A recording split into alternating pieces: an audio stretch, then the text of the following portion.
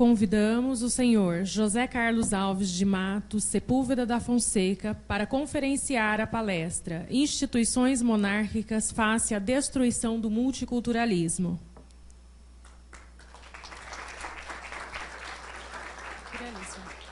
O senhor vai vir aqui?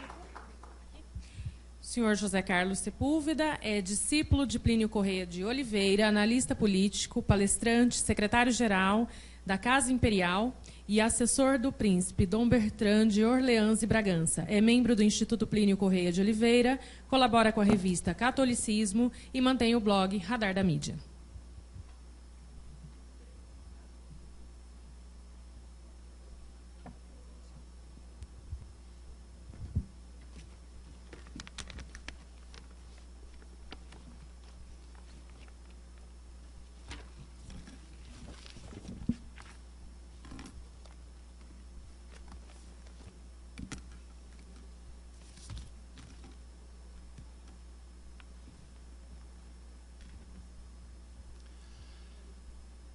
Começo por saudar o príncipe Dom Bertrand de Orleans e Bragança, príncipe imperial do Brasil, e gostaria de saudar também todos os membros do Instituto Iniciativa e dar-lhe os parabéns por este evento brilhante e também agradecer o convite para falar aqui um pouco sobre conservadorismo, monarquia e multiculturalismo.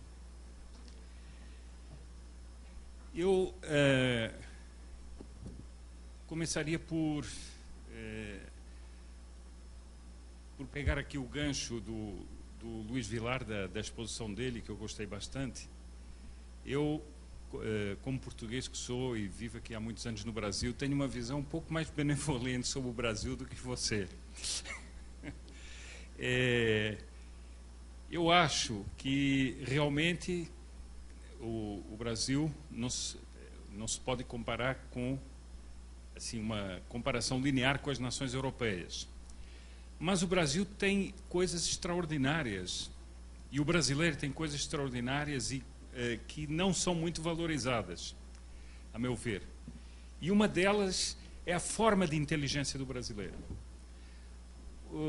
Nas sociedades europeias, a inteligência é muito, digamos assim, estratificada.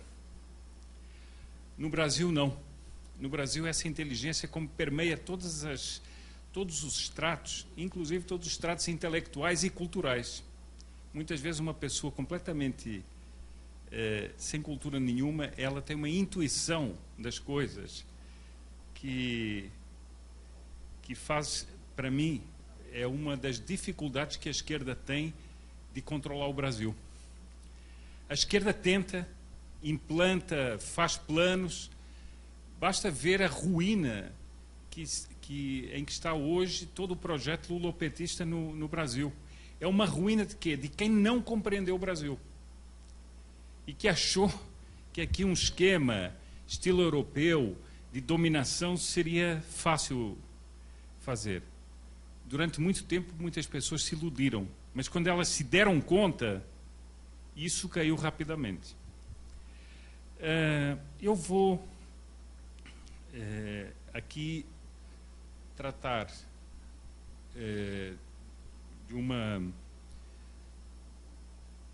de um problema que é o seguinte. Você projetou aqui um texto quase no final que fala é um esquerdista que fala da possibilidade de uma grande mudança em que a esquerda não tivesse organizada. Eu acho que nós estamos assistindo a algo disso, não só no Brasil, mas no mundo. E essa mudança tem mais a ver com o que o meu conterrâneo João Pereira Coutinho fala no livro dele sobre as ideias conservadoras. Ele, citando muitos autores conservadores, ele diz o seguinte: nós devemos distinguir entre a disposição conservadora e a organização política conservadora. São duas coisas diferentes. E eu vou basear mais a minha palestra exatamente sobre as disposições conservadoras, ou seja, os sentimentos, as ideias, pessoais, conservadoras, mas que não estão diretamente conectadas com, não necessariamente conectadas com um ideário conservador político ou político-social, etc. A primeira coisa que eu gostaria de chamar a atenção, eu faço aqui também um parênteses, antes de prosseguir, é o seguinte: o Luiz Vilar falou aqui de que nós, por exemplo, se olhássemos para os jornais dos anos 40, 50, 60, veríamos outros valores, outros nomes, e veríamos outro nível de jornalismo e outro nível de pensadores. E eu, como estrangeiro, não como português, eu tenho essa liberdade de dizer isso. Um dos nomes que eu considero vítima do silêncio, porque há a arte de silenciar, do silêncio, do politicamente correto no Brasil, é exatamente o nome de Plínio Corrêa de Oliveira. Porque ele é um grande pensador, mas não é apenas um grande pensador, é um grande homem da ação que conseguiu transmitir o seu pensamento a muita gente e, com isso, fazer organizações pelo mundo inteiro que tiveram um impacto, e têm até hoje um impacto enorme em situações políticas em muitas partes do mundo, por exemplo, na Colômbia. Em grande parte, a inversão da tendência pelo não foi por campanhas feitas por organizações inspiradas pelo pensamento dele. O livro dele, o ensaio dele, Revolução e Contra-Revolução, é talvez uma das sínteses mais extraordinárias que existem sobre o pensamento revolucionário, o pensamento contra-revolucionário, e, infelizmente, muitas vezes silenciado. Também procure-se os artigos dele, né? Os artigos que são milhares de artigos, desde o combate ao nazismo, ao fascismo, ao combate ao comunismo, etc. Mas, sobretudo, era uma visão muito psicológica dos acontecimentos. Não apenas uma visão doutrinária ou uma visão ideológica apenas, mas tentando conhecer exatamente a alma humana, como ela se mexia, como ela se movimentava. E eu começo exatamente, do início assim, a minha palestra, por expondo uma ideia que me parece importante. Muitas pessoas, até conservadoras, acham que a história não muda. Nós estamos nessa desgraça, digamos assim, estamos nessa república, temos as universidades tomadas pela esquerda, etc., e nada muda.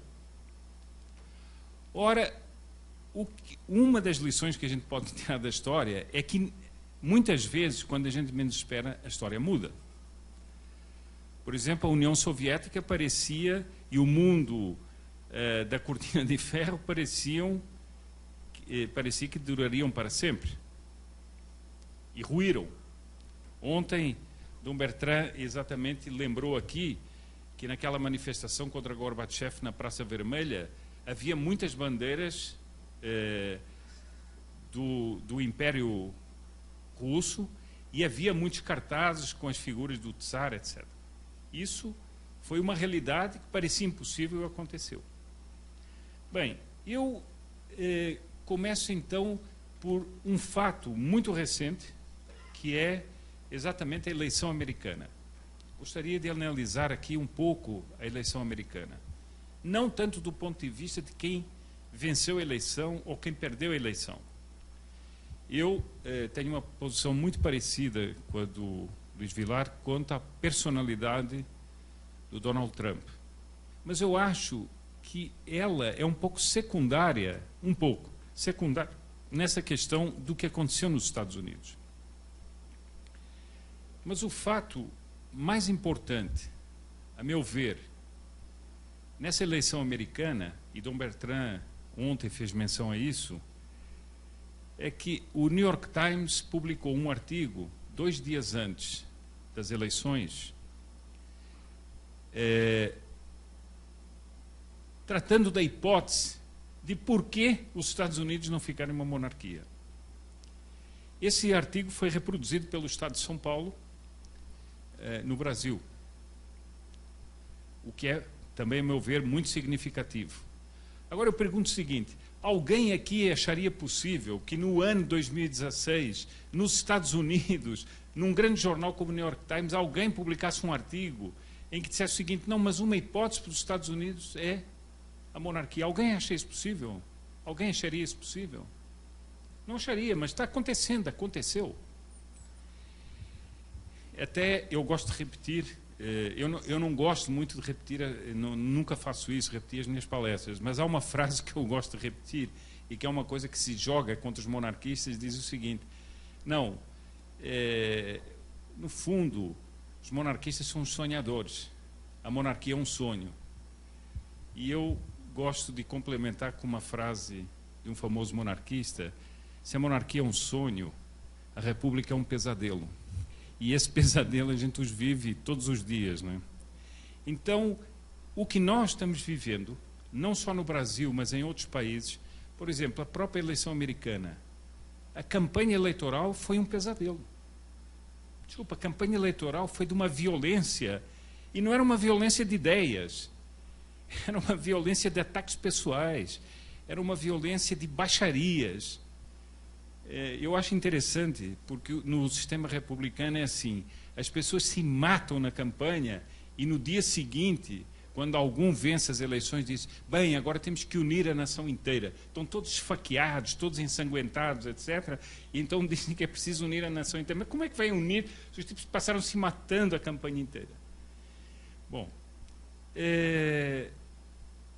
esse ponto de partida me parece importante, é o inesperado que, por exemplo, haja gente que seriamente, num grande jornal como o New York Times, fale da hipótese, é uma hipótese, de uma solução monárquica para os Estados Unidos. Isso mostra que os impossíveis realmente não são tão impossíveis na história. Bom, mas há um outro ponto importante da eleição americana. Eu não trouxe aqui, porque senão ficaria interminável, as dezenas e dezenas de títulos de matérias jornalísticas inesperado. O que é que aconteceu? Os jornalistas vivem numa bolha. Bom, isso são dezenas de artigos que saíram pelo mundo inteiro na mesma linha. Eu pergunto o seguinte: então essa gente que vive numa bolha não soube olhar para a realidade. E essa realidade qual é que é? É uma realidade de um país profundo que está sendo esmagado por uma máquina. Essa máquina é o quê? É a imprensa, são certos intelectuais, são certos miliardários extravagantes e de uma moral bastante duvidosa. É toda uma máquina da propaganda, da mídia, que julga que o mundo é como eles querem que seja. E vão massacrando as pessoas e tentando impor às pessoas tudo o que nós chamamos do politicamente correto. Só que é como alguém que vai apertando uma mola e vai apertando, apertando, apertando, até que a uma certa altura ele não tem mais força e ela pula, e pula com uma violência muito grande. Ora, isso para mim aconteceu com o Brexit na Inglaterra, aconteceu também na Colômbia com o pseudo-acordo de paz com as Farc, aconteceu agora nos Estados Unidos com a eleição americana, mas aconteceu também no Brasil com todas essas manifestações, que eu vou falar daqui a pouco delas, que eu acho que elas, além de terem um aspecto, digamos, de superfície, contra tal coisa, contra tal outra, contra a corrupção, contra tal outra coisa, elas tiveram uma profundidade muito maior e que as torna um pouco inexplicáveis para o mundo oficial.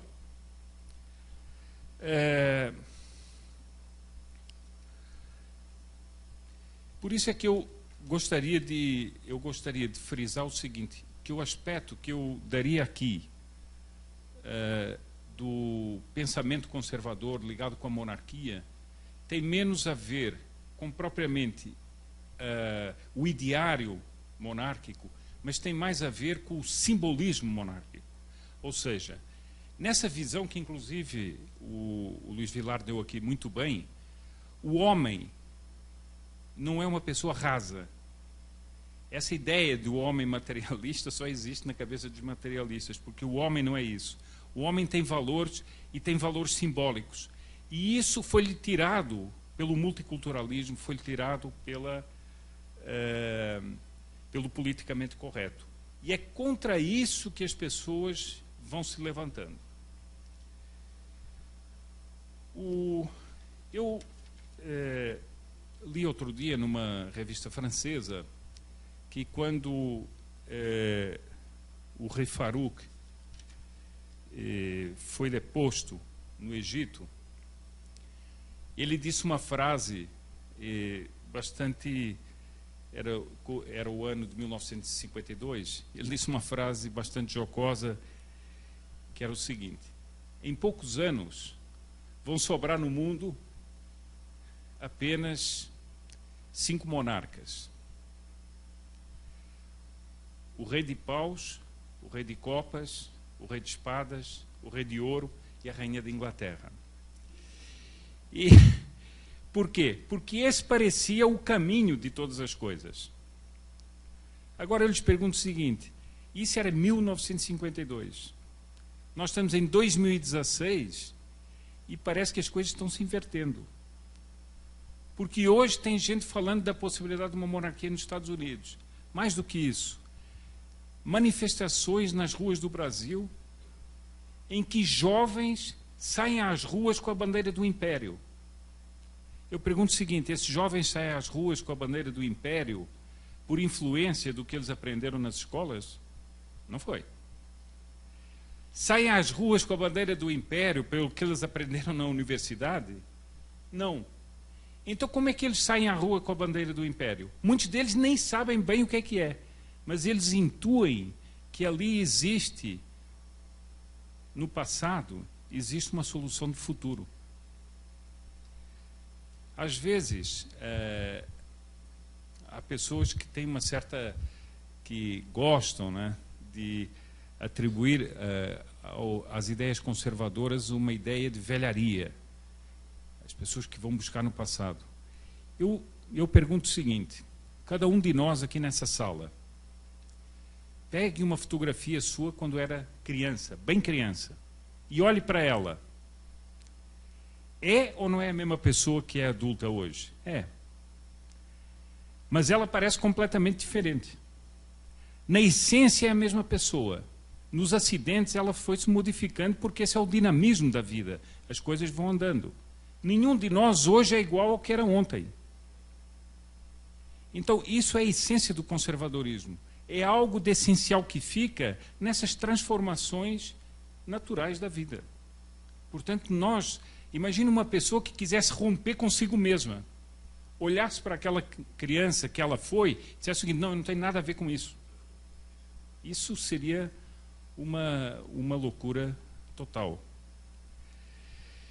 E digo mais, eu acho que o processo que está acontecendo no Brasil e em outros países tem mais a ver com o que aconteceu, por exemplo, com Santo Agostinho antes de se converter.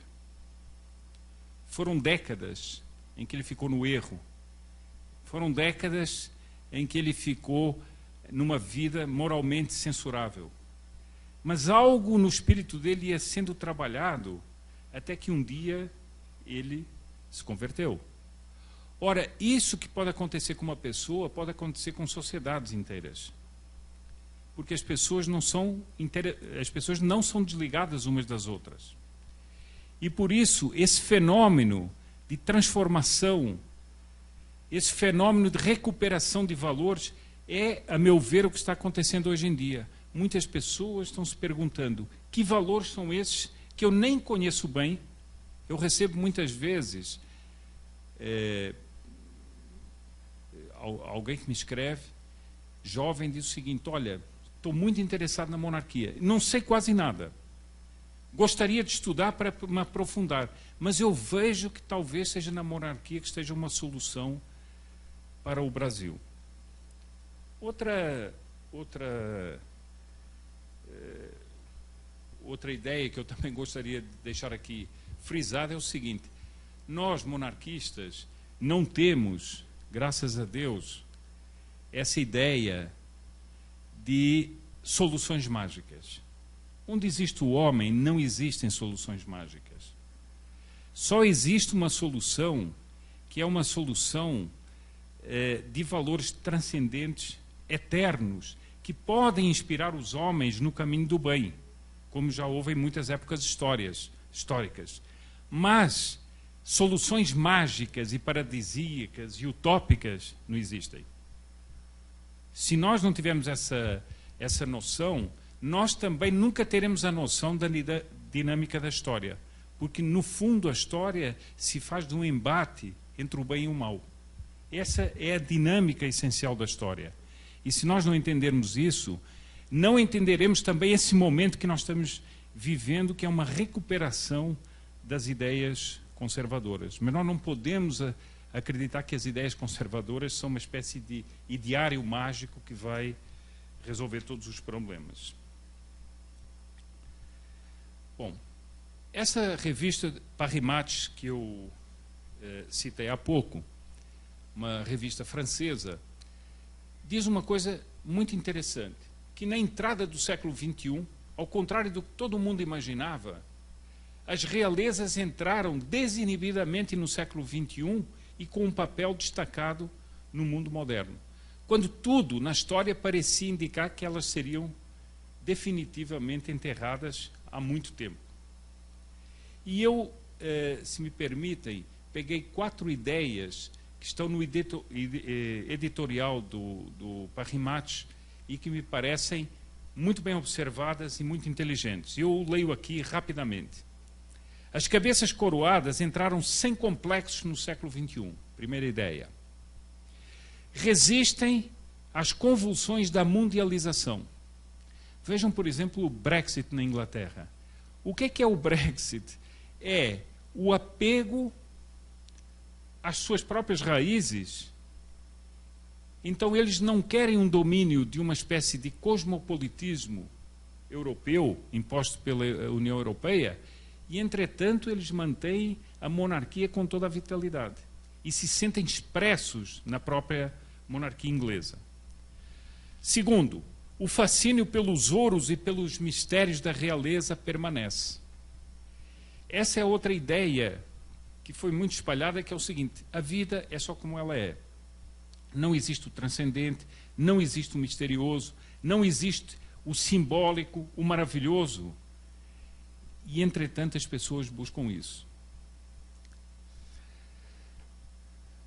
Outra ideia que ele expõe: enquanto os discursos populistas ameaçam extinguir os partidos políticos tradicionais, as famílias reais, encarnação de símbolos da nação e garantes da sua unidade, permanecem com boa saúde e podem contar com a adesão dos seus súditos. E mais uma ideia: as casas reais valorizam os valores familiares, exibem tranquila e simpática serenidade, suscitam uma esperança no futuro. Por quê? Numa sociedade que perdeu referências e está corroída pela dúvida. Nós podemos dizer que isso é essencialmente o que está acontecendo com as nossas sociedades e o que leva à busca desses valores conservadores. Há uma perda de referências e há uma corrosão pela dúvida. Eu vou falar um pouco do processo que leva a essa corrosão. O que é que leva nas mentalidades a essa corrosão e essa aflição que vivem as sociedades atuais?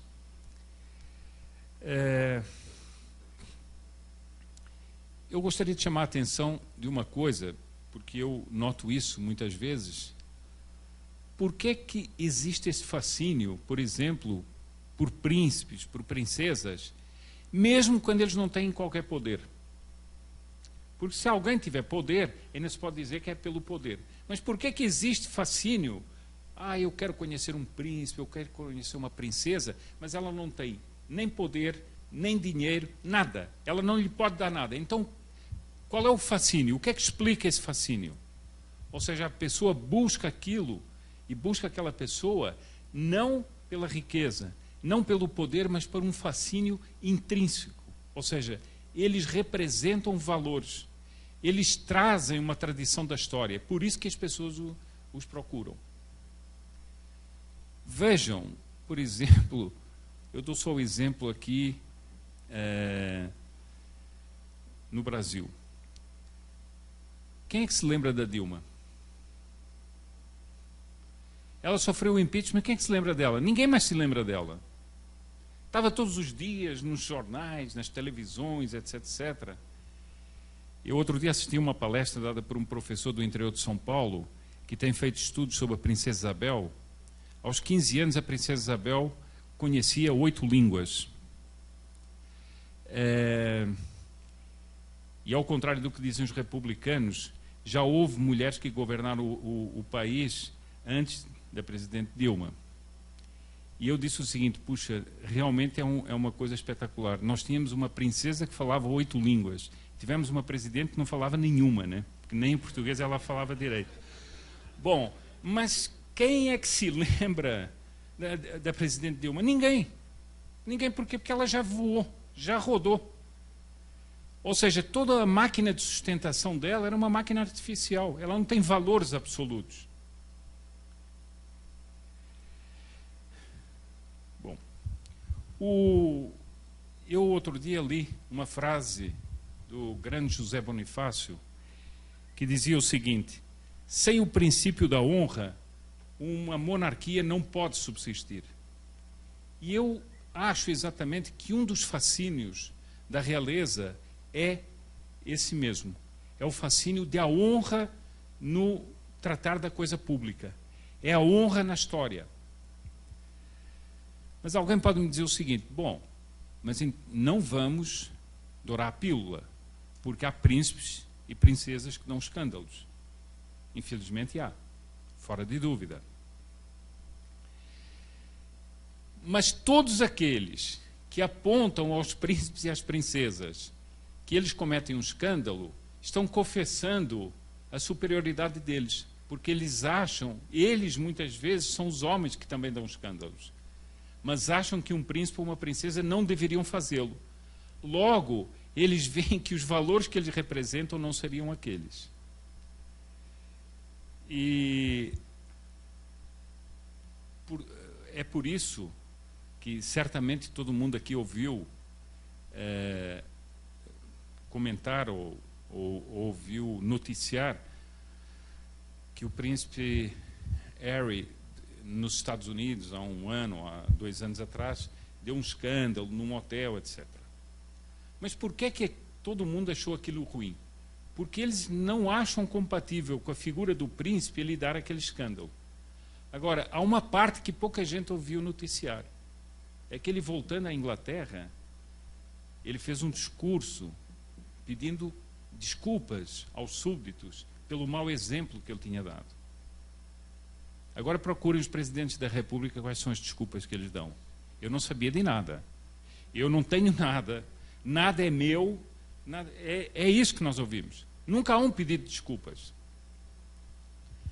Bem, um outro exemplo, que é praticamente dos nossos dias, e que mostra bem essa força de impacto do homem que tem atrás de si tradição, que tem atrás de si valores absolutos.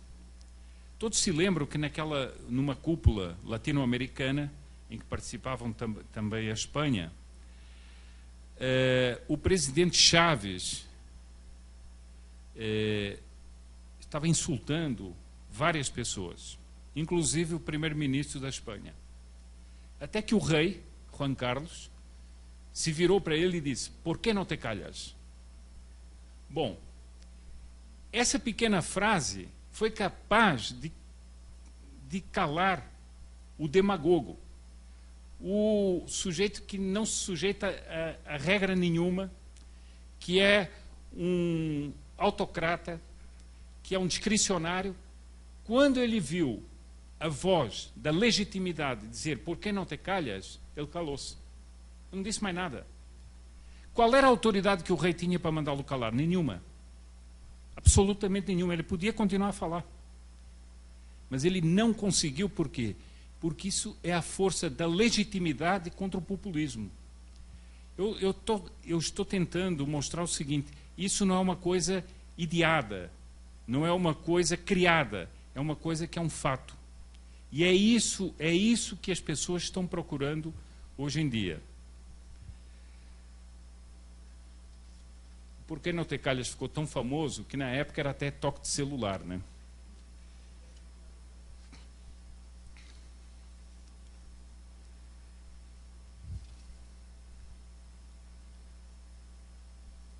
Bom, eu agora passo, então, a uma outra parte da minha exposição, que é exatamente o que a monarquia, com os seus valores absolutos, com os seus valores simbólicos, ao que é que ela responde? Ela responde a essa destruição que nós estamos vendo, que é feita nas sociedades modernas pelo multiculturalismo ou pelo politicamente correto. Há um livro recente, escrito por um canadense-francês, intitulado O Multiculturalismo, a Religião Política do século XX, do nosso século. Século XX não, do nosso século. Ele chama-se Mathieu Bock-Côté e tem um pensamento conservador, mas ele faz uma análise detalhada de quais são os mecanismos que levam o multiculturalismo a se impor nas sociedades e o que eles vão fazendo com as pessoas. Então, ele diz o seguinte: todas as sociedades se baseiam em quê? Em princípios históricos, em uma moral, em uma identidade, e isso tudo dá-lhes a sua unidade. Por exemplo, se alguém, ainda há pouco estávamos aqui tentando definir o que é que era o brasileiro. Bom, pode-se discutir o que é, mas existe um sentimento pelo qual uma pessoa no extremo sul do Brasil ou no extremo norte do Brasil se sente fazendo parte do mesmo todo. Eu me sinto um brasileiro. Eu uma vez estava com uns amigos lá no fundo do Rio Negro e uma mulher que tinha uma venda no meio do rio dizia o seguinte: diga às pessoas do sul que nós daqui somos somos brasileiros. Bom, eu fiquei impressionado com o seguinte: essa pessoa talvez não tenha contato com muita coisa, mas ela sente que ela é uma coisa só e tem um sentimento só com as pessoas que vivem no extremo sul do Brasil, por exemplo. Isso é um sentir-se um só. É exatamente o que esse autor diz que o multiculturalismo quebra. O multiculturalismo é uma espécie de máquina que vai quebrar a unidade que existe entre a população. Por que mecanismos?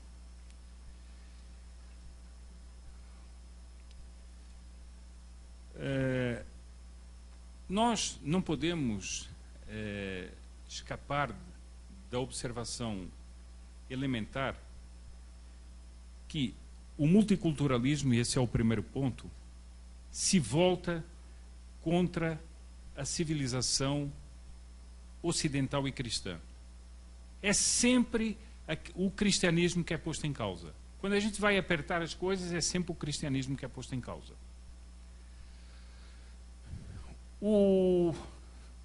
Nós não podemos esquecer que o multiculturalismo é, na verdade, filho dos teóricos marxistas. Os teóricos marxistas que viam o fracasso da revolução propriamente social, viram que era possível e era fundamental, primeiro, tentar trocar as mentalidades das pessoas antes de convulsionar a sociedade. Era preciso destruir essa mentalidade por dentro. E essa mentalidade era essencialmente cristã no Ocidente. E o multiculturalismo faz a sua grande máquina destruidora exatamente nesse Ocidente cristão. Ele propõe a desagregação da consciência ocidental. Se nós formos ver tudo o que acontece hoje, por exemplo, na Europa, vou lhes dar um exemplo sobre as migrações. O que é feito com as pessoas da Europa? Chegam pessoas que vêm, não sei, da Síria, e o que é dito, o que é que os Estados dizem ao europeu? Você é o culpado por isso. Mas por quê? Por que é que eu sou o culpado que esses desgraçados estejam vindo para aqui? Mais do que isso, você, se não os quiser receber, é uma pessoa terrível, dura, e você tem que se modificar nos seus hábitos e costumes, porque eles têm que entrar na sua casa e passar a viver como eles querem. Não, calma, isso é o princípio da desordem. Você pode receber uma pessoa na sua casa, mas você não pode permitir que a pessoa que entra na sua casa, ajudado, passe a modificar os hábitos da sua própria casa. Bom, é exatamente o que nós estamos vendo na Europa.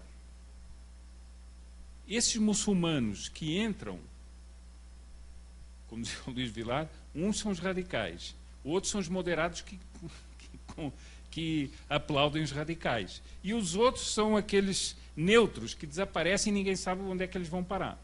Né? Mas o que é fato é o seguinte, o sujeito está muito bem no seu lugar, de repente tem uma bomba. Mas não tem só uma bomba. Tem os hábitos dos muçulmanos que eles vão querer impor às pessoas.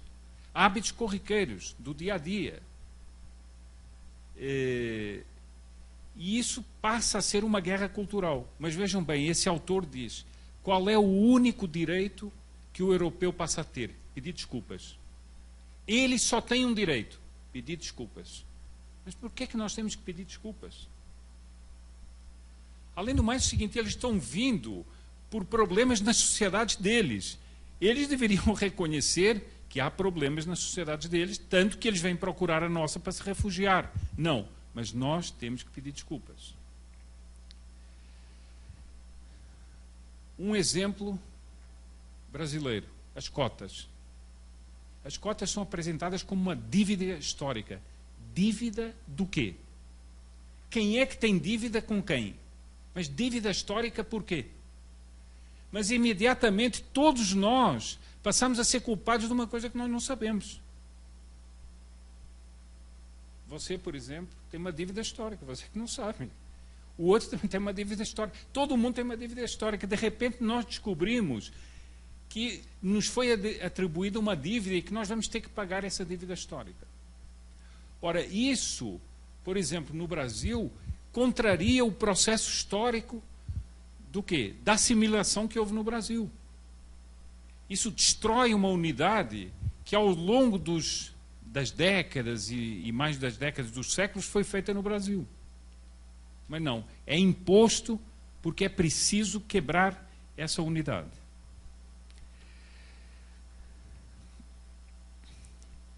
Depois, nós passamos a ter a contestação da nossa sociedade pelas minorias, em nome do quê? Da diversidade. Tudo é a diversidade. E nós não podemos ter nenhuma observação, não podemos fazer nenhuma defesa de valores, porque nós somos os fascistas, os racistas. Eu assisti há uns dias atrás, não me lembro o nome da pessoa, mas era até um humorista americano, disse o seguinte, eu sou democrata, eu odeio o Trump, mas pelo amor de Deus, parem de chamar os que votaram no Trump de fascistas, de racistas, não sei quantos, parem, porque isso não é verdade. Isso é etiquetar as pessoas de uma maneira gratuita. Mas o que é que nós somos etiquetados? Assim. Se a pessoa não quer cotas, fascista, racista. Calma, mas por quê? Bom, mas há nesse processo algo, e aqui entra a monarquia muito essencialmente, há nesse processo algo de muito importante. É denegrir todo o nosso passado. Fazer com que a história seja vista como um conjunto de crimes. Tudo o que aconteceu são crimes em cima de crimes. São injustiças em cima de injustiças. Então, todos nós somos frutos de um processo criminoso. Todos nós, ao contrário do que dizia o Luís Vilar, que nós, a visão histórica dos homens, por exemplo, vejam São Tomás de Aquino, é sempre ir subindo nos ombros dos gigantes do passado. Não, nós somos aqueles que temos que olhar para trás e demolir tudo que está no passado. Não sei se percebem o que ruptura é essa. É a mesma coisa que a pessoa olhar para a sua fotografia de criança e dizer: eu abomino essa criança, eu abomino esse jovem que eu fui, eu abomino esse adolescente que eu fui. É um romper contínuo contra si mesmo. Bom, só que a pessoa, se fizer isso, ela perde a própria identidade. E ela fica à mercê do quê? De qualquer populista que apareça. Querem ver uma coisa? Eu sempre chamo a atenção para isso nas palestras que eu faço. Uma frase que todo mundo acha risível, mas que eu não acho risível, porque eu acho uma frase profundamente nefasta. Que era uma frase típica dos discursos do Lula. Nunca antes nesse país. E isso tem um significado profundo. É a destruição que está de tudo que veio do passado, e agora tem uma espécie de aurora utópica, que começou há 14 anos ou há 15 anos. Então, nunca antes nesse país, todos os heróis, todos os santos, todos os grandes intelectuais, todos os grandes diplomatas, tudo, isso não é nada. Nunca antes nesse país. Isso, que parece uma frase meio jocosa, não é. É, no fundo, um ideário. Bom, a partir do momento em que o passado nos é contado como uma série de perseguições, crimes, fobias e sistemas discriminatórios, nós não sabemos onde nos encaixar. Nós passamos a ter uma espécie de síndrome do criminoso. É o síndrome do criminoso. Bom, mas mais do que isso, todos aqueles que se voltam para a história e veem nela uma inspiração, passam a ser os lunáticos, os tipos que não funcionam bem da cabeça e que é preciso recolher a algum sanatório ou a algum campo de concentração, né? Porque eles têm sempre essas soluções para dar às sociedades. Bom, então eu mostro o seguinte: isso tudo se passa para as pessoas muitas vezes fora da esfera propriamente política. Digamos, a pessoa nem está pensando em política, mas ela está sendo vítima dessas coisas. Por exemplo, uma pessoa que vai para uma universidade e tem o problema das cotas. Ela pode nem pensar em política, mas ela vai ter um problema concreto, que ela vai prestar uma prova, e vão dizer a ela que ela tem uma dívida histórica, por isso ela tem que deixar o outro passar na frente para pagar a dívida histórica. Então o problema da vida dela vai estar condicionado àquilo.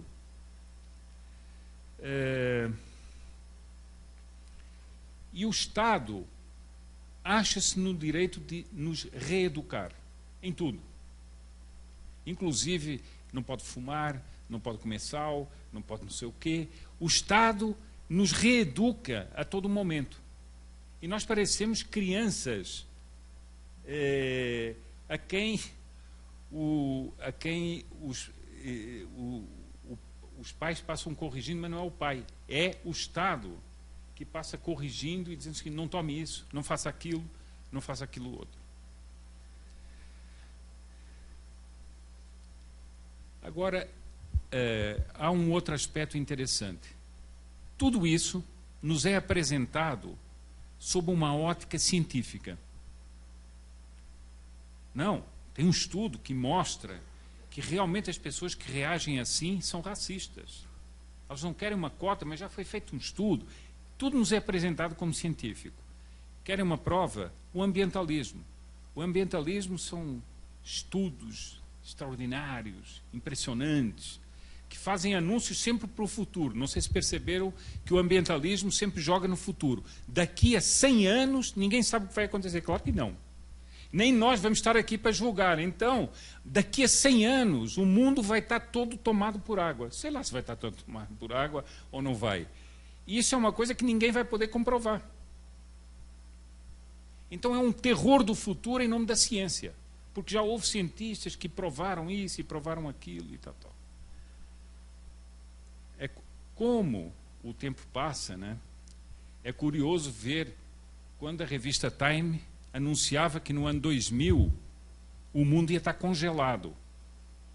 Agora ele vai aquecer, mas naquela época, nos anos 50, eles anunciavam que no ano 2000 o mundo ia estar congelado. Vão lá ver as capas da revista Time.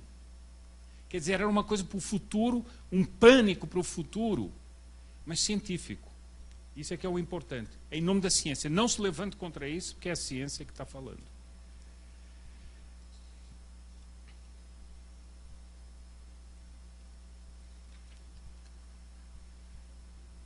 Agora, eu chamo a atenção para outro ponto. Há muitas pessoas que falam da importância dos mecanismos políticos, propriamente, para a perda das identidades ou para a perda das independências. Mas aqui eu chamo a atenção para um ponto que é muito mais crucial. Quando uma sociedade se deixa ou é vítima deste processo multicultural, que destrói o seu próprio passado, os seus próprios valores, que se vê continuamente como criminosa, ela passa a estar à mercê de qualquer um que queira modificar essa sociedade. E isso é a essência da perda da independência de uma sociedade. Por quê? Porque o Brasil, por exemplo, em nome do ambientalismo, podem se impor milhares de regras vindas de fora ao Brasil. Por quê? Não porque vocês estão destruindo as matas, não porque vocês estão destruindo os rios, não porque vocês... Não sei se sabem, mas a última descoberta científica, muito importante, aliás, é que o aquecimento global que não existe é fruto do churrasco. Há um estudo, vão procurem. Há um estudo. É o churrasco que está fazendo isso. Quer dizer, o mundo não está aquecendo, mas é o churrasco que está fazendo isso. Quer dizer, o que é que acontece com a pessoa? Imagina o sujeito vai no fim de semana, vai comer o churrasco e diz, nossa, eu estou destruindo o planeta. Então o sujeito não consegue nem comer a carne direito, né? Porque ele está destruindo o planeta. Então isso faz o quê? Faz com que a pessoa perca as suas certezas e ela fique... Ontem o Bertrand usava essa expressão, conversando com o Pietro, é como uma rolha no mar numa tempestade. Ele não sabe para onde é que vai. O mar joga para cá, o vento joga para lá, e a pessoa está ali tentando. A única coisa que a rolha consegue é não afundar. Mas as pessoas vão ficando assim.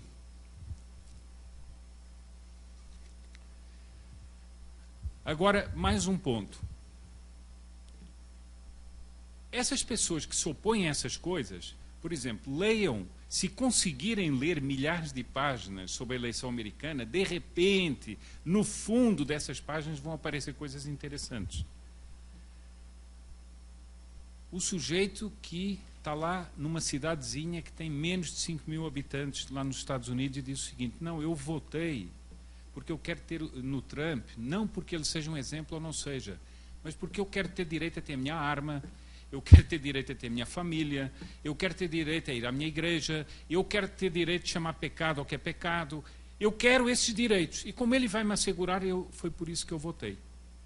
Bom, essas pessoas que querem isso, essas pessoas que querem as suas próprias autonomias nos seus lugares, essas pessoas que querem isso tudo, por exemplo, no Brexit da Inglaterra, como é que elas são classificadas? Populistas. É populismo isso. Mas o que quer dizer isso, populismo? É mais um slogan, é mais uma etiqueta, e esse autor chama a atenção para uma coisa muito interessante. No fundo, esses povos do populismo nada mais são do que os povos verdadeiros. Aqueles povos que têm as suas tradições. Por exemplo, é o italiano que quer fazer a sua massa daquela maneira que ele sempre fez. Mas não, vem um louco da União Europeia e diz que não pode fazer mais porque aquilo ali traz contaminação não sei do quantos. É o francês que quer fazer um queijo e não quer fazer o queijo com leite pasteurizado. Porque ele há séculos que faz esse queijo sem ser pasteurizado, com leite pasteurizado, e nunca ninguém morreu por causa disso. Mas vem um louco da União Europeia e diz que tem que ser. E assim, outras tantas e milhares de coisas. Mas as pessoas que querem isso são populistas. Mais do que isso, leiam na Folha de São Paulo a entrevista de um cientista político que diz o seguinte: a democracia tem que ser reinventada. Por quê? Tem que ser reinventada porque quem está votando não sabe votar. Porque elas nunca querem o que nós queremos. Portanto, essas pessoas não podem votar, tem que ser só os esclarecidos a votar. Bom, isso está numa entrevista da Folha de São Paulo. É preciso reinventar a democracia. Ou seja, a democracia passa a ser as minorias que decidem como essa minoria multicultural deseja. Então, os colombianos que votaram contra o pseudo-acordo de paz das Farc são incultos. Os ingleses que votaram contra o Brexit, que votaram a favor do Brexit, são incultos. Os americanos que votaram pelo Trump são incultos. Então, essa gente toda tem que deixar de votar e nós temos que reinventar a democracia. Bom, isso vai criando o quê? Psicologicamente nas pessoas vai criando o quê? Um efeito. Imagine uma pessoa que estivesse trancada numa sala, sem correr ar, escura, em que a pessoa fosse cada vez mais se sentindo mal, com outras pessoas ali dentro. E isso é o que vai sendo criado psicologicamente, ideologicamente nas pessoas. Uma espécie de asfixia ideológica que vai criando as pessoas. Ora, isso está criando uma inconformidade tal que essas pessoas, de repente, de uma posição de estabilidade, elas pulam e vão procurar o quê? Os valores eternos. Vão buscar, diz o seguinte: não, há algo de errado nisto tudo. Há algo de profundamente errado nisto tudo. E eles vão buscar esses valores eternos, e um dos valores que eles vão buscar é exatamente a monarquia. Por quê? Porque ela é portadora de um simbolismo e portadora de uma tradição.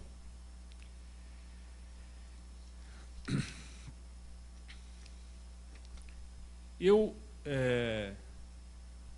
me permito agora fazer uma análise rápida sobre a crise atual no Brasil. E eu vou dar aqui vários posicionamentos de várias pessoas para verem as várias análises que se podem fazer da situação atual. Eu me pergunto o seguinte: o que é que levou milhões de pessoas às ruas? Chama a atenção primeiro para uma coisa que tem a ver com o que o Luís estava falando aqui, sobre a questão do Brasil, da brasilidade, etc.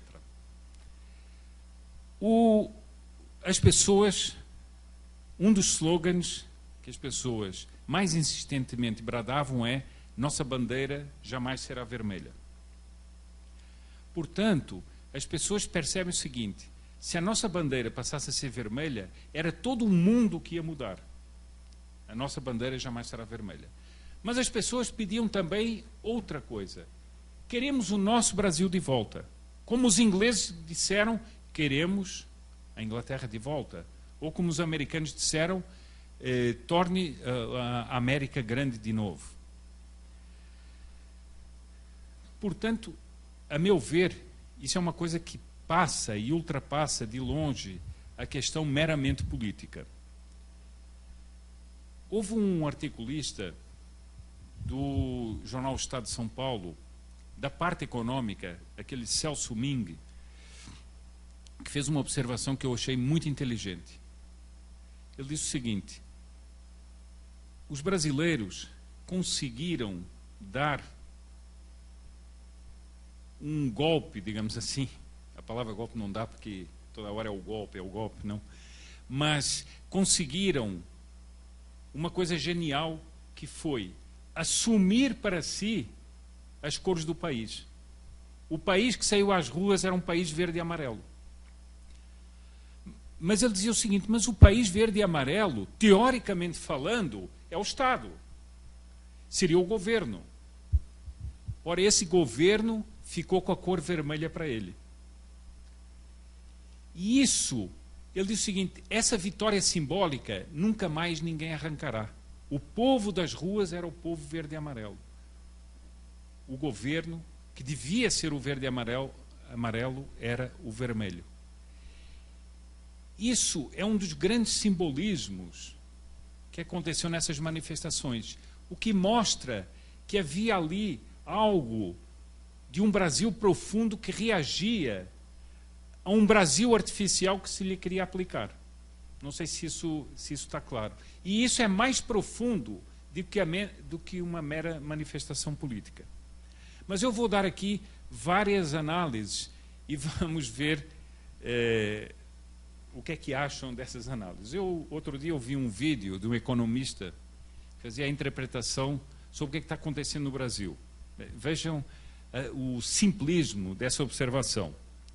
Então ele dividiu a análise dele em 3 pontos, ou 4 pontos. A opinião pública deu-se conta que há impunidade e saiu às ruas para cobrar que haja menos corrupção. Esse é o primeiro ponto. Essa diminuição vai ter impacto no crescimento brasileiro. Terceiro ponto, as pessoas se deram conta de que o Brasil cresceu menos do que podia nos últimos anos. E quarto ponto, que ele pode crescer muito mais daqui para frente. Então, na visão desse economista, o que aconteceu no Brasil é uma espécie de equação do PIB. É a equação do PIB. As pessoas deram-se conta da corrupção, foram à rua, porque elas se deram conta que o crescimento seria maior. Isso é totalmente ridículo. Isso é totalmente ridículo. Bom, outros dizem o seguinte, não, a inconformidade fez com que o gigante acordasse. Mas o gigante já adormeceu e está tudo em paz. Também não concordo com isso. Não concordo pelo seguinte, porque nem o gigante acordou, nem ele adormeceu. Porque esses movimentos não são assim. São como um vulcão. Quando o vulcão explode, ele não explodiu só naquela hora. Ele começou o trabalho da explosão dele muito antes, só que as pessoas não estavam vendo. E quando ele amainou, ele não parou. E ele pode explodir a qualquer momento de novo. Bom, então, há pessoas que, nessa visão, dizem o seguinte, não, o mundo político deu um jeito de fazer o impeachment, enrolou todo mundo e agora vão continuar a fazer as bandalheiras deles. Isso não é o que está acontecendo. Eles estão tentando fazer isso, mas isso não está dando certo. Eu continuo a afirmar o seguinte, o mundo político não se deu conta em profundidade do que está acontecendo no Brasil. E esse mundo político se arrisca a ser varrido para sempre, todo, no seu conjunto. Bem, eu estou falando aqui numa sala para um congresso conservador. Eu creio que ninguém aqui tem ilusões com o Fernando Henrique Cardoso. Se alguém tiver ainda alguma ilusão com o Fernando Henrique Cardoso, que leia a carta que ele escreveu hoje sobre a morte do Fidel Castro. Leiam, porque é bastante instrutiva. Eu só levanto aqui um ponto. O Fidel Castro foi o grande autor da inclusão social em Cuba. Não sei se sabiam disso. A inclusão social. Impressionante. Segundo Fernando Henrique Cardoso. Né? Bom, portanto, como ninguém tem essa desconfiança, acho eu, ninguém tem essa ilusão sobre Fernando Henrique Cardoso, eu trago aqui uma opinião que é inteiramente insuspeita, que é exatamente a opinião do Fernando Henrique Cardoso sobre o que está acontecendo no Brasil. Porque há uma coisa que ninguém pode negar, que ele seja uma pessoa inteligente e que sabe do que é que está falando. Ele diz o seguinte, Fernando Henrique, é exatamente no Brasil um dos grandes artífices dessa revolução multicultural. Que é verdade que nós falamos hoje do PT, etc., mas vão para o governo Fernando Henrique e vejam como todas essas coisas começaram ali. Dom Bertrand ontem falava na palestra dele sobre o Plano Nacional de Direitos Humanos. Plano Nacional de Direitos Humanos 3. Já tinha havido 2, que eram do Fernando Henrique Cardoso. Portanto, o Fernando Henrique foi o grande ideólogo desse mundo multicultural no Brasil. Ele escreve um artigo, quando finalmente se consagra o impeachment da Dilma, ele escreve um artigo no Estado de São Paulo intitulado Triste Fim. Triste Fim, em que ele lamenta a queda do PT. O grande conservador, direitista, né, que todo mundo apregou aí, Fernando Henrique. Bom, e ele deu 2 entrevistas, uma à revista Isto É e outra ao Josias de Souza, da UOL, a respeito de todo o momento político. E vejam bem as coisas que ele diz, porque são muito interessantes. Ele diz o seguinte: eu lamento a queda do projeto do PT. Por quê? Porque todo o sistema político caiu junto. Fernando Henrique diz isso, todo o sistema político. Ou seja, todo o sistema político girava em torno de tornar possível o projeto petista. É o que está dito. Se o PT cai e cai todo o sistema político, é porque todo ele girava em torno disso. E ele não exclui a oposição. Oposição, entre milhares de aspas. Né? Bom, mas agora há mais. Ele disse, qual é o problema do Brasil para ele? As ideias progressistas não emplacam. Não emplacam. Foi exatamente o que o Luís disse na palestra dele. E Dom Bertrand ontem também chamou a atenção disso. Essencialmente o brasileiro é conservador nas suas ideias, intuitivamente até. Então ele diz, as ideias progressistas não emplacam. Ele disse, a nossa esperança nesse fracasso da esquerda era a Marina e a Rede. Desapareceram.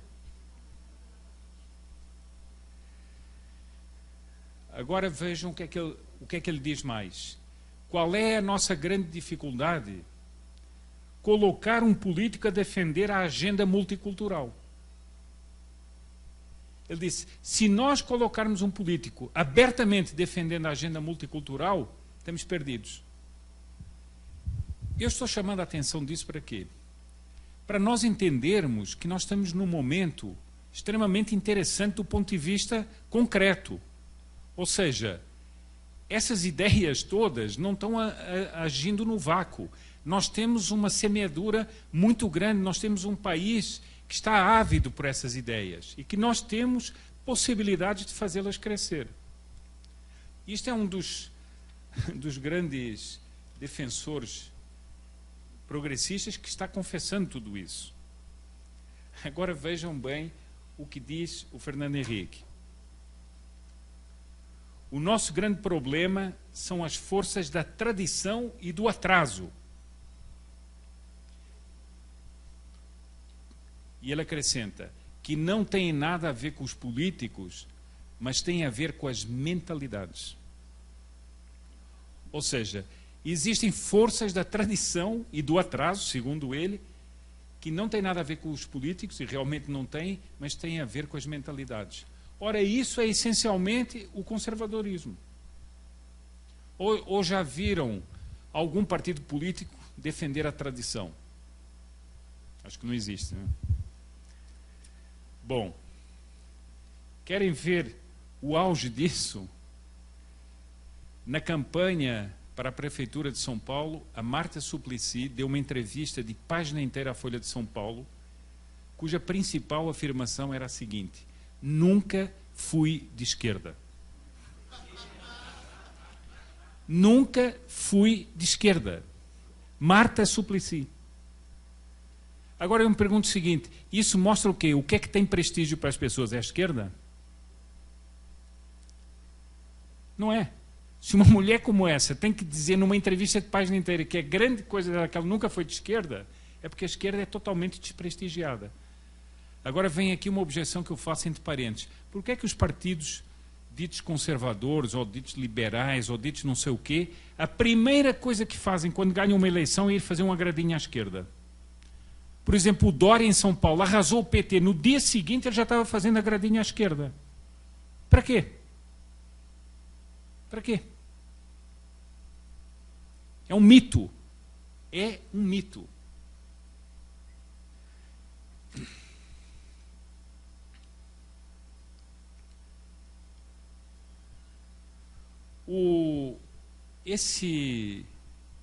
Quando houve a votação do Brexit, a inesperada votação do Brexit, não é? Um jornalista em Portugal que eu gosto bastante de ler, embora não concorde com todas as coisas que ele escreve, evidentemente, mas gosto muito de ler porque é uma pessoa bastante profunda nas suas análises. Ele escreveu um artigo no Observador, ele chama-se José Manuel Fernandes, escreveu um artigo no Observador em que ele diz o seguinte, o título do artigo é "Este mundo não é nada como tínhamos imaginado". Ele diz o seguinte, o progressismo imaginou um mundo que seria o mundo ideal. A primeira coisa que eles diziam é o seguinte, nós teremos desenvolvimento econômico, nós teremos grande progresso. Ele disse, nunca houve tanta riqueza ao dispor de tantos no conjunto da humanidade. Nunca houve tanta prosperidade. Mas houve uma ideia que foi perigosa. É que o progresso pode ser forçado e imposto às sociedades. Nós, diz ele, vivemos um refluxo da maré. Uns contestam, outros repudiam, outros combatem de forma encarniçada valores que, no fundo, os progressistas apresentavam como universais.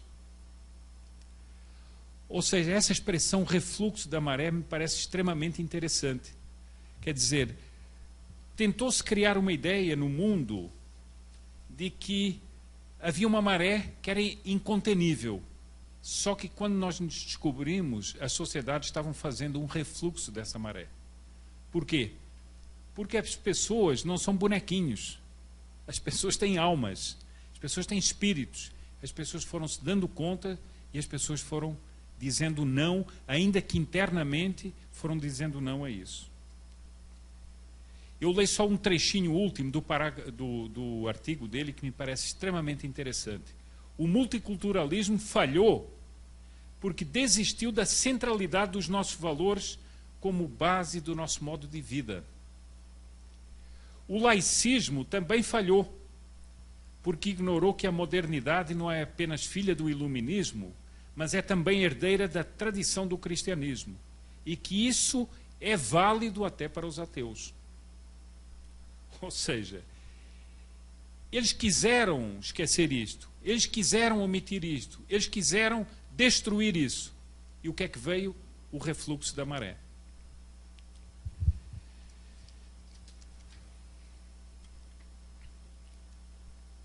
Bom, e eu vou terminando a minha palestra com a seguinte ideia. Por que é que, a meu ver, hoje muitos se voltam para a monarquia não apenas como uma solução política, que também é válido ver isso aí, mas não é isso que eu estou querendo chamar a atenção, mas exatamente como um valor simbólico das sociedades. Aquela expressão que o príncipe Dom Bertrand usou, da rolha no mar tempestuoso, é a referência ou é a menção ao que acontece com o espírito humano se ele perde todas as referências. Ora, o espírito humano precisa ter referências. O espírito humano precisa ter valores absolutos. E ele vai procurá-los naquilo que historicamente já deu certo, naquilo que historicamente transportou esses valores ao longo dos séculos. O príncipe Dom Luís sempre gosta de dizer o seguinte: no alto das coroas há uma cruz. E essa cruz tem um significado duplo. Essa cruz mostra que acima do monarca tem um juiz que é incorruptível. Tem um juiz que julga a história, que é nosso Senhor Jesus Cristo, que é incorruptível. Não é juiz do Supremo Tribunal Federal. Não. É juiz incorruptível. que vai julgar a história e vai julgar aquele monarca. Portanto, o valor absoluto do monarca não é ele mesmo.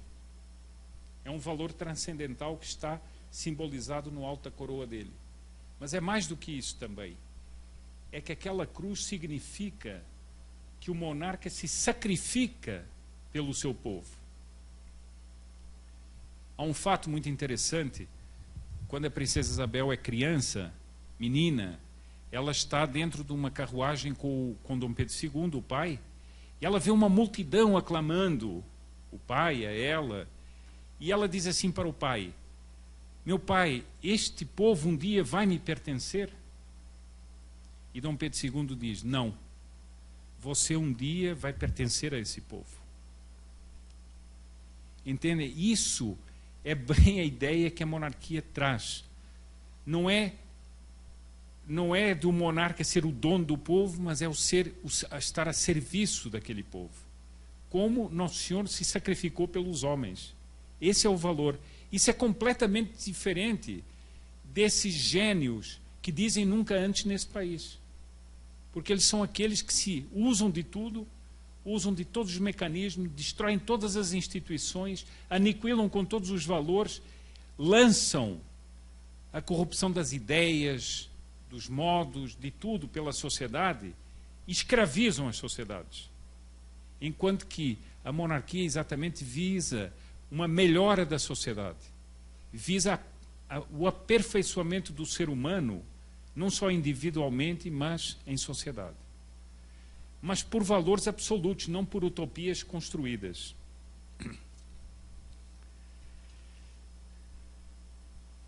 Eu pergunto o seguinte: o que é que faz um inglês ir com entusiasmo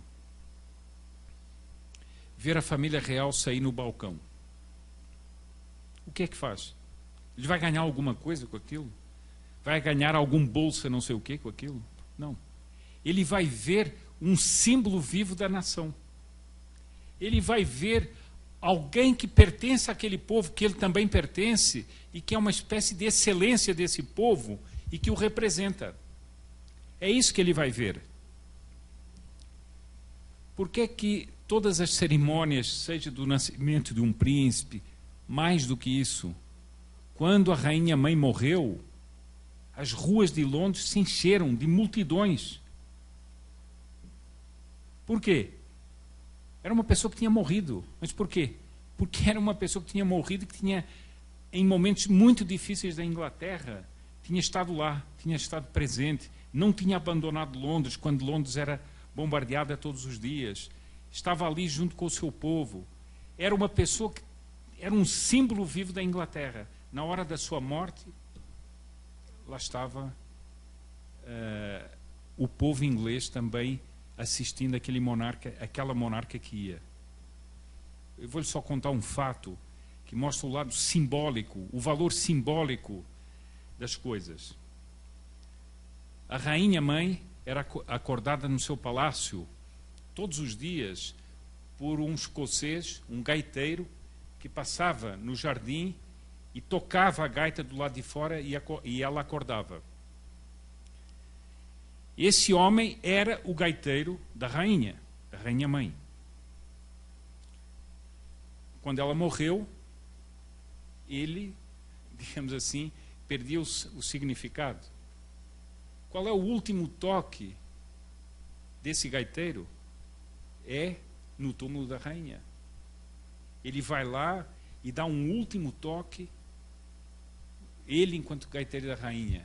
Quem não vê a força do simbolismo disso, quem não vê a interpenetração desse homem, que era um homem que podia ser do povo, com a sua soberana, não entende os valores absolutos que giram em torno da monarquia. A princesa Diana, uma vez, estava em Angola, Angola que foi destruída por uma guerra terrível, né? E uma dos males materiais que ficou em Angola foi a proliferação de minas, que até hoje é um problema em Angola.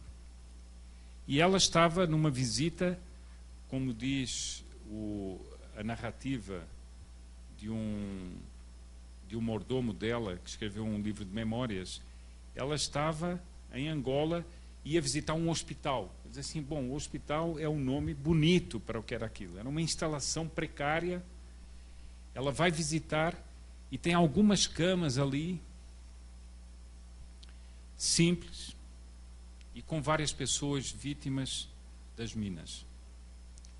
E ela se aproxima de uma cama onde tem uma menina, que ele descreve uma menina extremamente graciosa, com aquela vivacidade que as pessoas de cor têm, com um olhar vivo, brilhante, uma fisionomia bonita. Ela se aproxima daquela cama e a enfermeira levanta os lençóis e ela vê que a parte de baixo da menina, as pernas estão todas esfaceladas pelas minas.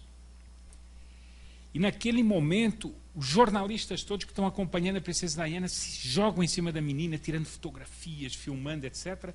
Ela se volta para trás e diz, parem. Por quê? Porque aquilo não era para ser explorado daquela maneira. E ela, com aquela autoridade dela, disse, parem. Todos pararam, ninguém mais filmou, ninguém mais fotografou, e a princesa Diana conversou um pouco com a menina. Saiu, e no dia seguinte, uma jornalista de um jornal inglês chegou até a menina e disse, você sabe quem era a pessoa que veio ontem aqui? Ela disse, não, não sei. Era uma princesa da Inglaterra e tal, e conta a ela quem ela era. E a menina disse o seguinte, pois eu julgava que era um anjo. E poucas horas depois ela morreu.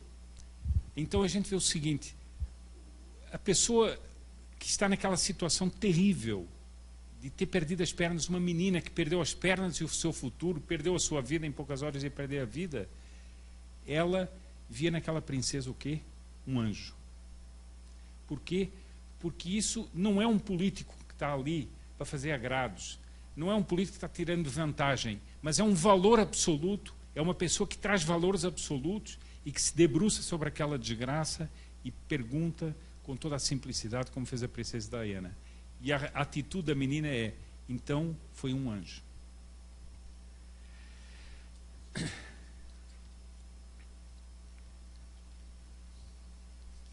Bom, eu vou chegando aqui ao fim da minha exposição e gostaria de fazer uma objeção contra mim mesmo, que é o seguinte, tudo isso, falar assim de monarquia, desses valores, do maravilhoso, não é um pouco falar de conto e fadas? Não é um pouco passar um verniz que não tem muito a ver com a realidade?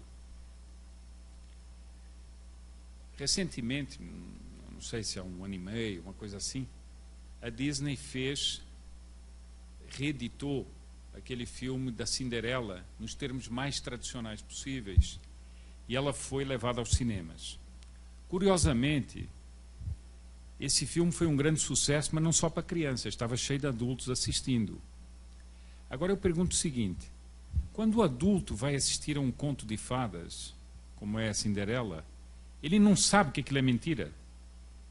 Ele não sabe que aquilo não é possível na realidade. Acho que sabe, né? A criança pode acreditar no sapatinho de cristal, na abóbora que vira carruagem, etc. Mas o adulto, ele sabe que aquilo não é real. Mas ele vai ver por quê? Porque aquele envelope, que é um pouco irreal, que é o conto de fadas, contém uma realidade, sim. E essa realidade é uma realidade transcendente e é uma realidade de um mundo maravilhoso que seria possível e que nós buscamos nas nossas relações, sabendo que infelizmente nem sempre é possível, porque os homens têm os seus defeitos. Mas naquele envelope que é imaginário, existe um conteúdo que é algo de real. Por isso a pessoa, mesmo adulta, gosta de ir ver aquelas coisas. E é por isso que nós temos a necessidade de ter o esplendor e ter a perfeição rodeando as formas, por exemplo, de poder. Não me digam que a pessoa se sente bem representada tendo um sujeito que nunca leu um livro, que não sabe falar português e que metade do tempo anda bêbado. Desculpa, uma pessoa não pode se sentir honrada na sua brasilidade com isso. Não pode.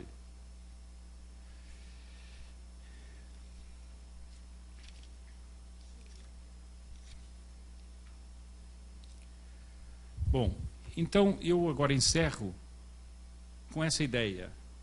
No fundo, o que deixou os homens como a rolha perdida no mar, de um mar tempestuoso, foi essencialmente uma coisa: o mundo foi levado para uma igualdade e um igualitarismo absurdo. Em nome do igualitarismo se foi liquidando tudo. Em nome do igualitarismo se foi liquidando toda a forma de prestígio, toda a forma de distinção, toda a forma de valorização, toda a forma de distinção entre as pessoas. Tudo era igual. E o mundo foi ficando um pouco abjeto para as pessoas. E o multiculturalismo veio agravar isso de tal maneira que, no auge de uma crise política como a que nós estamos vivendo, jovens saem às ruas, e vejam bem, não saem às ruas com um cartaz, quer a monarquia de volta. Não saem com um cartaz. Eles saem com uma bandeira, que é um símbolo. E esse símbolo quer dizer o seguinte: eu quero um mundo bem diferente desse aqui. Eu quero um mundo em que os símbolos voltem de novo. Eu quero um mundo em que haja essa distinção, haja essa distinção harmônica, em que nós vemos um príncipe e nos alegramos por ver um príncipe, e não aquela pessoa que sente uma espécie de inveja. Não, ele é príncipe, eu não sou. Não, é o contrário, nós temos alegria que ele seja e nós não somos. Agora eu só faço uma última pergunta.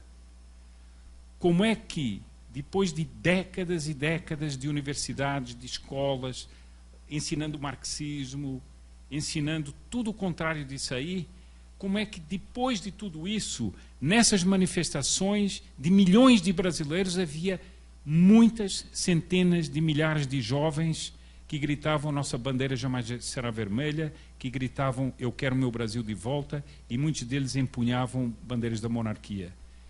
Eu só quero mostrar o seguinte: a história não é feita só pelos homens. A história é feita por Deus também.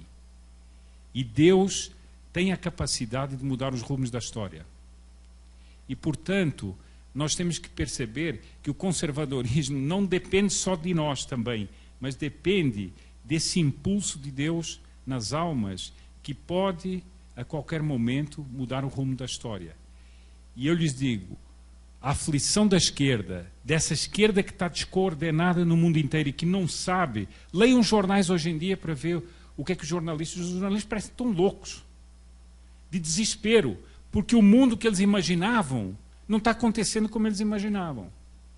Isso é um pouco do dedo de Deus na história, e é essa mudança que nós antevemos, e é por isso que os valores conservadores, a meu ver, vão se reforçando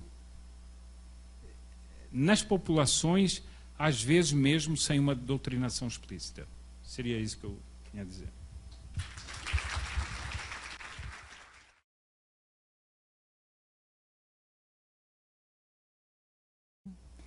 Ela é empresária e economista. A pergunta dela é excelente. Ela diz: face a esse multiculturalismo presente hoje no Brasil, aonde tudo é considerado cultura, somado ao surgimento de diversas minorias, idealizadas pelo confuso socialismo do PT, que inclusive confundiu e afetou psicologicamente a grande maioria da população, gerando essa crise de valores na sociedade, além da disseminação do conservadorismo, o senhor enxerga alguma solução a curto prazo, algum projeto que possa ser executado para curar a sociedade e, finalmente, nosso gigante acordado possa ter um futuro? Que possamos ter um nosso Brasil de volta? Eu acho essa pergunta muito interessante. Eu digo o seguinte: o Quando uma pessoa está doente, bem doente, e alguém descobre um tratamento para aquela pessoa, a pessoa não fica boa de um dia para o outro. Mas quando o tratamento começa a fazer efeito, ela vai melhorando a cada dia. E as forças da doença vão se debilitando nela e a saúde vai ganhando outra vez corpo. Então, nós não podemos imaginar assim uma solução imediata, mas nós temos essa solução em andamento. Por exemplo, vou dar um exemplo concreto. Toda a mobilização que houve contra a ideologia de gênero em muitas prefeituras pelo Brasil, isso rompeu uma malha. O Escola Sem Partido, podem dizer opinião que tiverem sobre Escola Sem Partido. O fato é o seguinte, por que foi o incômodo com a Escola Sem Partido? Por quê? Porque aquilo rachou um certo unanimismo. Eu acho, dou aqui uma imagem que eu ouvi do professor Plínio Corrêa de Oliveira que me parece muito interessante. A revolução é como um trem, tem uma sua máquina que puxa, tem as suas vagões que vão atrás. Agora imagine que alguém fosse conseguindo bloquear uma roda, bloqueava uma roda. Depois, em outro vagão, bloqueava outra roda. O trem parou? Não parou. Mas que ele tem cada vez mais dificuldade em andar? Tem. Então, à medida que nós vamos bloqueando certas rodas, por exemplo, uma das maneiras de bloquear é quebrar esse unanimismo. Quando todas as pessoas falavam ideologia de género, começam pessoas a aparecer nas prefeituras, não queremos ideologia de género, não queremos... Isso rachou uma certa unanimidade. E isso é uma das coisas que vai levar a esse processo de sanidade, a meu ver. Excelente. A Rosângela Cavassan, servidora pública, né? Ela pergunta assim, como explicar o conservadorismo e a monarquia a uma pessoa simples, do povo? Olha, eu gosto muito dessa pergunta, mas eu às vezes acho que nós temos um pouco equívoco em relação às pessoas mais simples. Eu vou dar aqui um fato que foi noticiado na época até pela Veja e sobre o qual fiz um comentário num boletim da monarquia. Todos sabem que a rainha Sílvia da Suécia é de origem brasileira. E ela tem, por isso, diversas obras sociais no Brasil. E um dia ela foi ao Rio de Janeiro para ir exatamente a uma dessas obras sociais que cuidava de meninos de rua. Ela desceu do carro e uma pessoa que estava ali, um rapaz que estava ali, se aproximou da rainha e a cumprimentou. Esse rapaz estava só de bermudão, sem camisa, e era uma pessoa de cor. Se aproximou da rainha, e o que é que ele fez? Ele fez uma reverência e osculou a mão da rainha. Quem é que ensinou esse rapaz a fazer isso? O que é que ele... Quem é que fez uma doutrinação com ele? Ninguém. Mas houve mais do que isso. A rainha entrou e o repórter da Veja foi lá e disse assim, mas o que é que você achou da rainha? Eu disse assim, fiquei triste. Triste? Mas por quê? Porque ela não tinha nem coroa nem manto. O menino de rua disse isso. Ela não tinha nem coroa nem manto. Eu fiquei triste. Ora, a repórter da Veja que foi perguntar, estava à espera de dizer o seguinte, não, essa rainha, não sei o quê, que ele fosse gritar, não. Agora, quem ensinou tudo a esse menino? Talvez ninguém. Então eu digo o seguinte, Dom Bertin está aqui e fez a campanha do plebiscito. Quantas vezes Dom Bertin não foi a favelas, a lugares tão simples, etc., onde a recepção era calorosa, porque, desculpem dizer isso, mas o reencontro com a própria família é instintivo. Imaginem alguém que reencontra o seu próprio pai. Não precisa de uma aula. ele encontra o seu próprio pai e o reconhece. Então é um pouco o que acontece. Eu acho que às vezes é mais simples falar com essas pessoas do que falar com pessoas intelectualizadas. Eu acho mais difícil explicar a monarquia para um sujeito que frequenta as nossas universidades do que, para, às vezes, para uma pessoa simples. A senhora Olivia Simone pergunta assim: a invasão de propriedades privadas, tanto pelo MST como pelos índios, manipulados pelo CIMI, traz prejuízos econômicos, morais, além de políticos, porque violenta a Constituição. Diante disso tudo, como reagir diante de políticos ambíguos e dissimulados, além da morosidade da justiça, além dos eufemismos usados nos meios de comunicação? Bem, eu considero exatamente essa descrição a descrição de um dos processos do multiculturalismo. Os índios, entre aspas, os índios invadindo fazendas, ou seja, criando a divisão entre os brasileiros, desrespeitando a propriedade, falando em direitos ancestrais que a gente não sabe quais são. Isso tudo faz parte desse processo multicultural, de destruição da própria nacionalidade.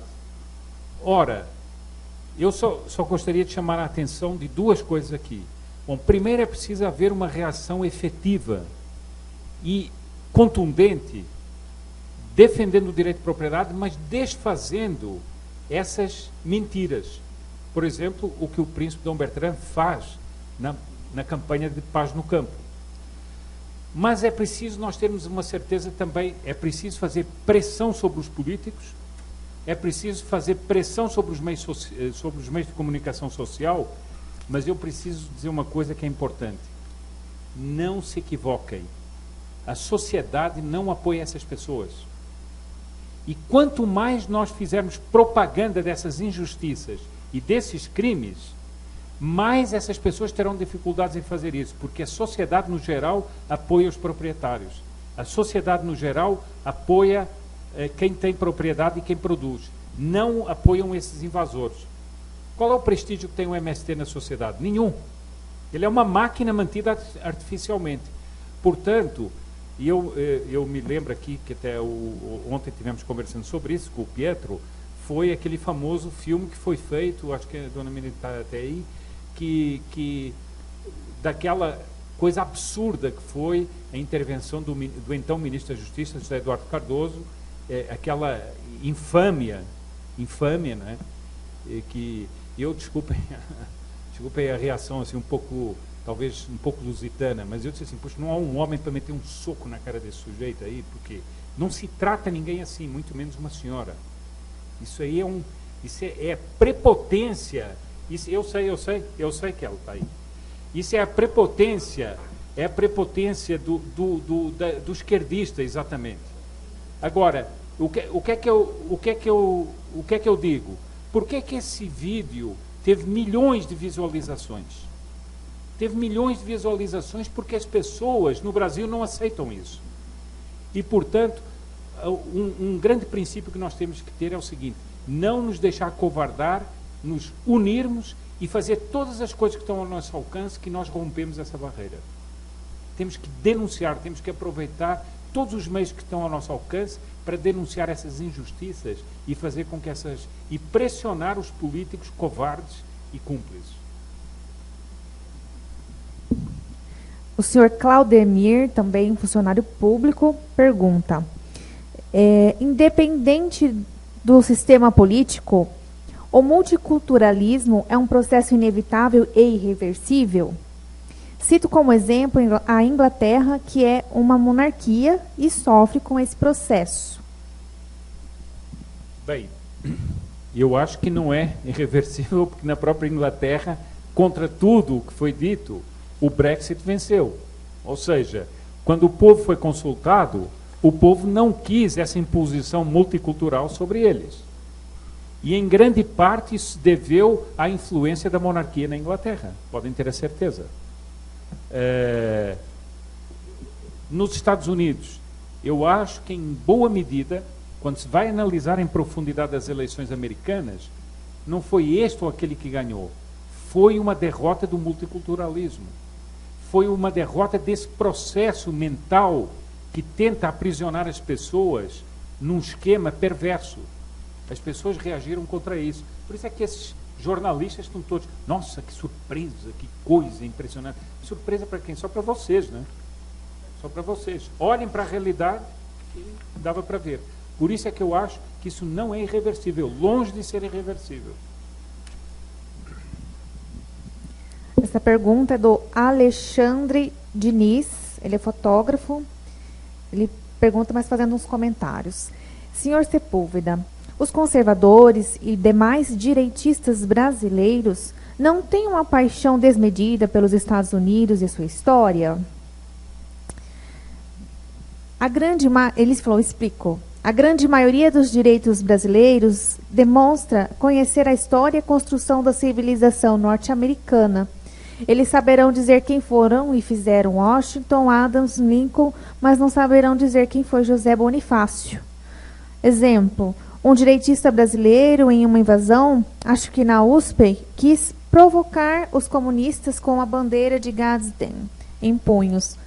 Todos riram das caras dos comunistas, que bestializados fizeram expressões faciais de quem claramente não conhecia tal bandeira. Mas que obrigação tinham de conhecê-la? Qual o valor de quem se vale dos símbolos históricos dos países dos outros? Olha, eu acho o seguinte, vou lhe dizer com toda a sinceridade, eu acho que há um certo equívoco em certos meios conservadores em relação aos Estados Unidos pela posição, às vezes de apreço demasiado e às vezes de desprezo demasiado. Por quê? Eu nunca vi um país na história ser tomado em bloco como os Estados Unidos. Ora, nenhum país é um bloco. Por quê? Porque o país, Estados Unidos, foi um país que nasceu de um processo e de um dinamismo que depois impôs uma certa ideia revolucionária ao mundo. É verdade. Mas nós temos que reconhecer que a opinião pública americana, há muitas décadas, vem vem tendo um processo benéfico de mudança e que hoje eles passaram a ser, em boa parte, um motor das ideias conservadoras. Então, essa espécie de ojeriza de falar dos Estados Unidos é uma coisa que é incompreensível. Isso não quer dizer que nós não nos voltemos mais para a nossa história e não apreciemos mais a nossa história, que é a história brasileira. Agora, ter essa espécie de, não, eu sou brasileiro, não tenho que falar do conservadorismo americano, mas por quê? Por quê? E depois o seguinte, a história, quem sabe apreciar a história, sabe apreciar as lições da história. E as lições da história não vêm só do nosso país, vêm de muitos lugares, inclusive dos Estados Unidos. Então, eu não vejo dessa maneira, como certos conservadores veem, que é uma espécie de ojeriza de falar dos Estados Unidos. E é preciso reconhecer isso. É preciso reconhecer que há décadas e décadas, nos Estados Unidos foi operando uma grande transformação, pela qual hoje, e já no tempo do Reagan, vejam que já no tempo do Reagan, foi considerado uma grande surpresa o resultado das eleições. Por quê? Porque aquilo era uma coisa muito mais profunda. Era uma situação muito mais profunda. Eu até poderia estender-me aqui sobre estudos que foram feitos sobre a mudança dos costumes nos Estados Unidos. Sobre a mudança, por exemplo, daquela ideia democrática dos Estados Unidos e o crescente apreço pelos valores aristocráticos nos Estados Unidos. Ora, isso é uma coisa altamente apreciável. Não sei por que é que nós teríamos que desprezar isso aí. Agora, que é verdade que nós deveríamos debruçar mais sobre a história do Brasil, isso é fora de dúvida.